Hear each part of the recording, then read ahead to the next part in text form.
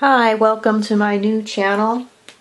This is going to be called Greenarts, if YouTube will let me call it that. I've been intending to do this for a long time, but kept losing my nerve. I still don't have the nerve to do a painting on camera, but I am aiming towards that. Right now I'm just going to show you all the millions of things that I have. I've been painting for about 40 years. Started by watching William Alexander. Never did watch Bob Ross until after he passed on. But I did start in acrylics because oils seemed too frightening, and I suffer from migraines, so they were also a little bit too smelly. Several weeks back, a YouTube artist, one of my favorites called Dave Usher, encouraged me to show my art studio because he had done a video showing his. Mine is considerably messier than his, and I'm not going to show you my whole studio, but what's here is where I work. It's my workspace. It's an inexpensive folding table. I don't believe in working on expensive pieces of furniture, because as you can see, this is a pretty new table. It's already damaged. It's going to be more damaged as time goes on. What's in my lap are my acrylics, and I'm going to show you, not going to show you everything in here, but a lot of it. Some of it's brand new, like this open medium from Matisse. Here we go. And I also have a ton of retarder. This varnish does not belong here. It belongs to my craft stuff. Okay. I am a connoisseur of retarder. And the open medium and the retarder are different in that the open medium does not thin the paint at all. The retarder does. This one is the best retarder I've ever used. It's from Cheap Joe's in the US. It's an online vendor, and they make their own retarder. This is the best one I've ever used, but it does make the paint very soupy and very almost watercolory. It does take almost a day to dry, but it does get tacky, and once it gets tacky in about a half an hour or an hour or so, you can't work with it anymore. It'll lift off the canvas. Open medium basically is to keep your paint from skinning over on the palette. So, as a matter of fact, there's Golden, a Canadian company that makes open paints. And also one of the paints I've got here, which is no longer made, let's see if I can find it. Well, I'll find it eventually. Here's another retarder. This is a gel. And similar experience with this. It will retard the drying of the paint about, instead of 10 minutes, it'll be like a half hour. But then it'll get tacky and you won't be able to work with it. So, let's see. Daniel Smith, yes. Daniel Smith used to make acrylics. Daniel Smith is one of my favorite paint manufacturers. They do not make acrylics anymore, but these acrylics were amazing. They will stay open on your palette forever. I have a yellow here from Daniel Smith that stayed open on my palette for 2 hours on a dry night. And of course I won't be able to find it.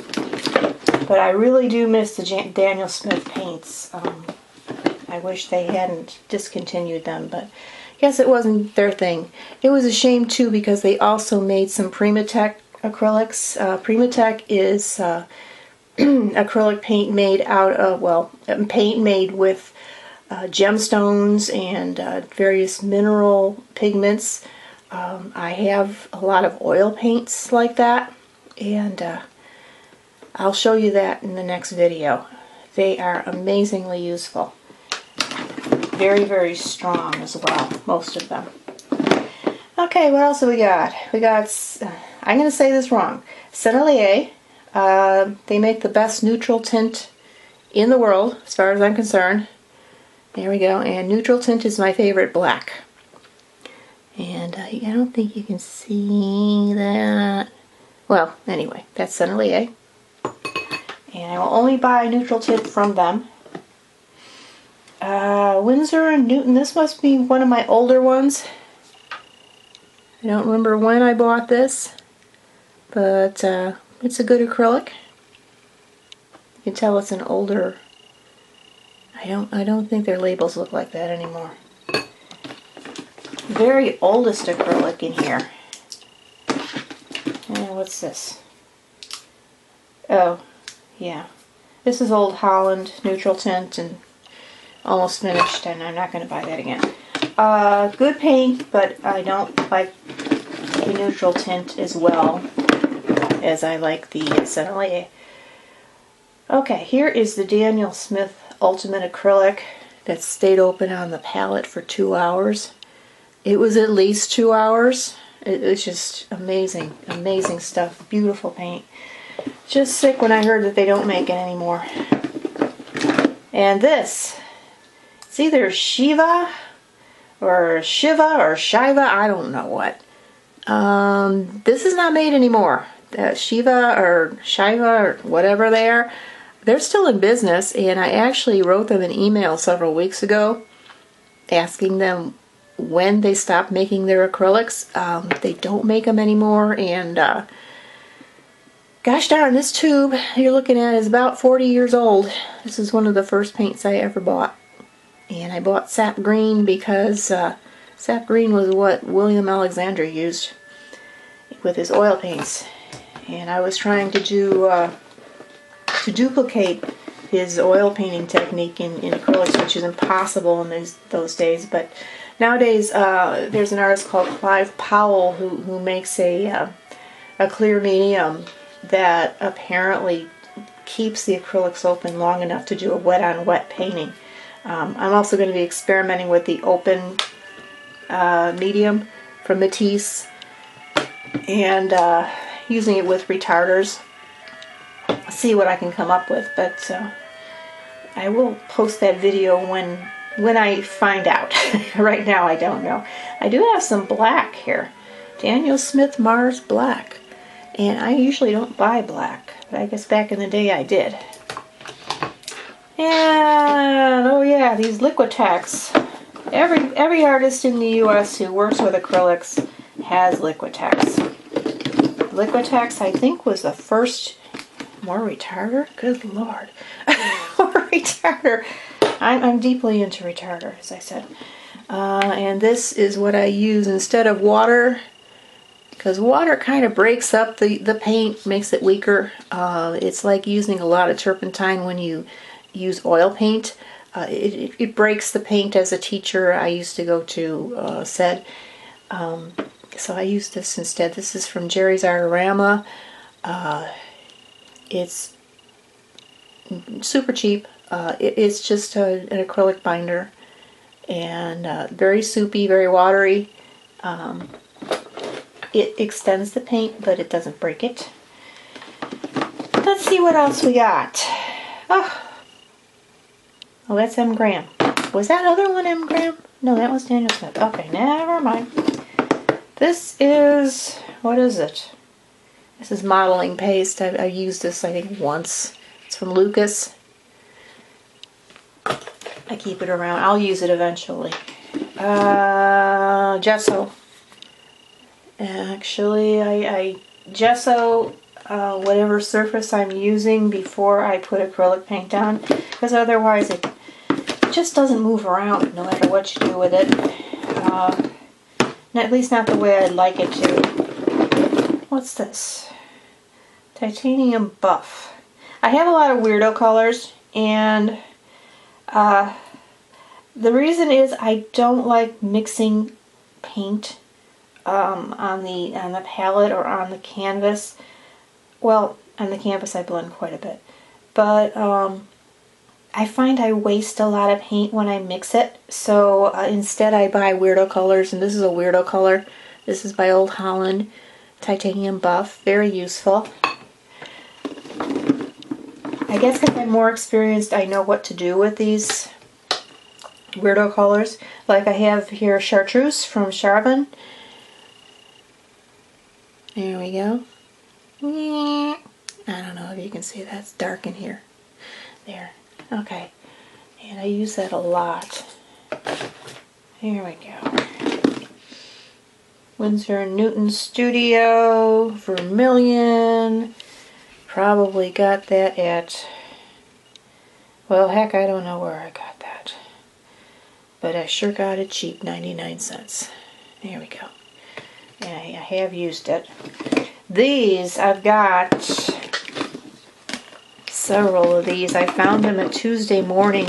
I don't even know if they're any good, but they are sure are useful. They're transparent craft paints, and I have used them on serious paintings, and they're just great. They don't make them anymore. Of course, Tuesday Morning you run that risk. Here we go. This mostly transparent. One is opaque, I think. Yeah, this one's opaque. But they're by, is this by Plaid? No, it's Folk Art. And gosh, I love these colors. I wish I could get more because they have been useful. I like transparent colors. I have glazing medium from Golden, and I use it a lot. But if I can just get my hands on a transparent color, I'm happy. And here's some heavy body medium. I don't know where I got that. Probably got it on clearance. Yep, clearance. $1.99. Might as well have it, right? This was sent to me by Liquitex. It is a spray paint. I do not use spray paints, so I may give that away. This I got at Hobby Lobby, where I normally don't shop because I have issues with their management, but actually with their owners, not their management. But I have no idea the quality of this. It was just something I needed for a project, so I bought it. It's not bad, nice rich color, but as far as light fast, I have no idea. There is no information on the package about the vehicle or you know, how light fast it is or anything. This, I don't know why I'm keeping this. This is soy paint. I did one painting with this. They no longer make it. It was only from Delta, and they don't make it anymore. It was wonderful paint. The only flaw it had was that it would dry up in the tube, or the little bottle here, and you could never use it again. So I have about, I don't know, 6 or 7 dried up bottles of soy paint. Heartbreaking. What's this? Natural Sand. I used that once. I must have gotten that on sale, or I wouldn't have bought it.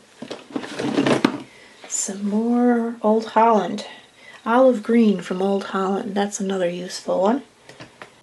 And let's see. Liquitex Soft Body Burnt Umber. I'm about to use that in a project. And I'm going to go back to these Liquitexes that I bought the other day again at Hobby Lobby. They were on clearance. And some of these are, this is very expensive. Cadmium-free yellow medium. I don't use cadmiums or cobalts. And a few years ago, Liquitex came out with cadmium-free, which is, I guess, kind of like a cadmium hue. Pretty accurate. It's supposed to behave the same as the cadmium paint, but be less harmful to the user.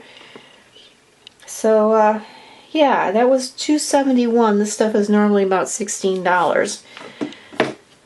And tried a couple other colors I never would have tried otherwise. Turner's Yellow, which is looks kind of orangey here. It's actually kind of a bright yellow, I think. Anyway, let's see.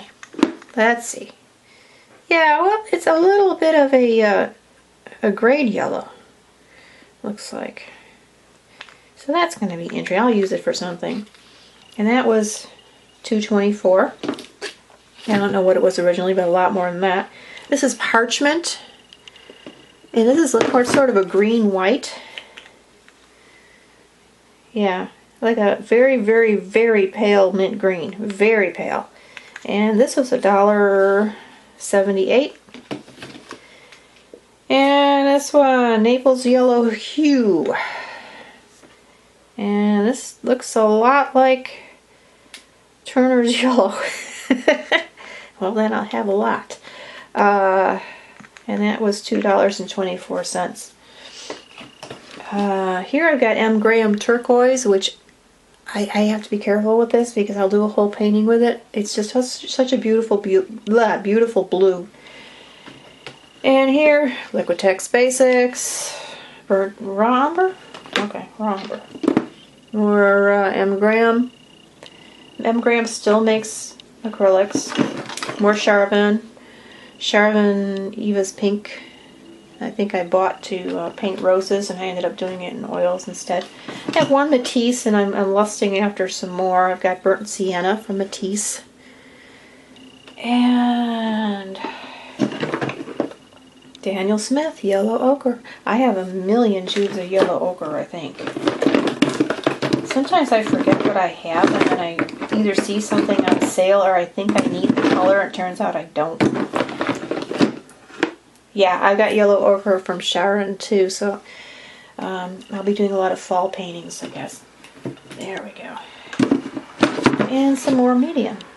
Gloss Medium and Varnish. I was using that before I purchased the Jerry's Arorama stuff. There's some more Master's Touch. I bought it for one project. It's a bright orange, fluorescent orange. More M. Graham Transparent Orange. They make the best transparent orange in the world. Some more of that transparent paint from Folk Art. This is Mixing White from Liquitex. And Quinacridone Magenta from Daniel Smith. I'm just going to sit here and cry about Daniel Smith for a while. Let's see here. What is this? Interference Green. Liquitex. I don't know about those interference colors. I've done paintings with them, but I just have questions about their longevity, but I'm stuck with them. So, what can you do? I'll have them for the duration. Ash Violet from Charvin. Or Charvin, I don't know what it is, Charvin. Golden Primary Yellow, I use this a lot.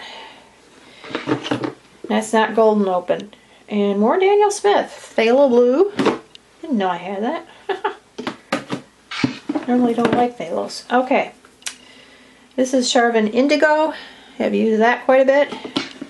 As you can see, I not only buy a lot of colors, but I use them. So it's not a waste. And this one, this is great. This is Charvin Brown Matter. And this is good for doing red cows. You ever paint a red cow? It's a great red cow color. There we go. And Permanent Red, that's Naphthol Red. It's from Daniel Smith. I have a big collection here. Huh? Payne's Gray from M. Graham. Another one of my black substitutes. Charvin Saffron. It's kind of a nice orange color. I think I painted... What have I painted with this? I don't know. Here we go.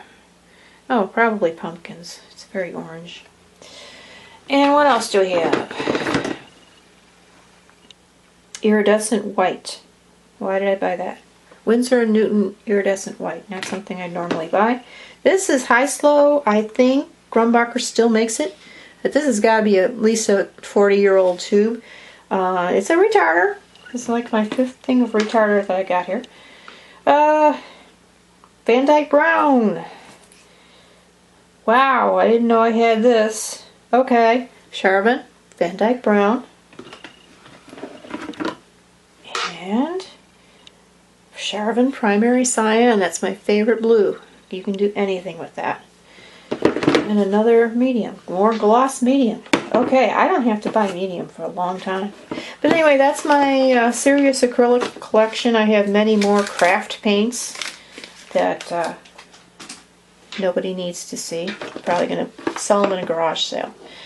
So anyway, this is my new channel again, and I'm glad you joined me. And thanks for watching. I'll see you again shortly.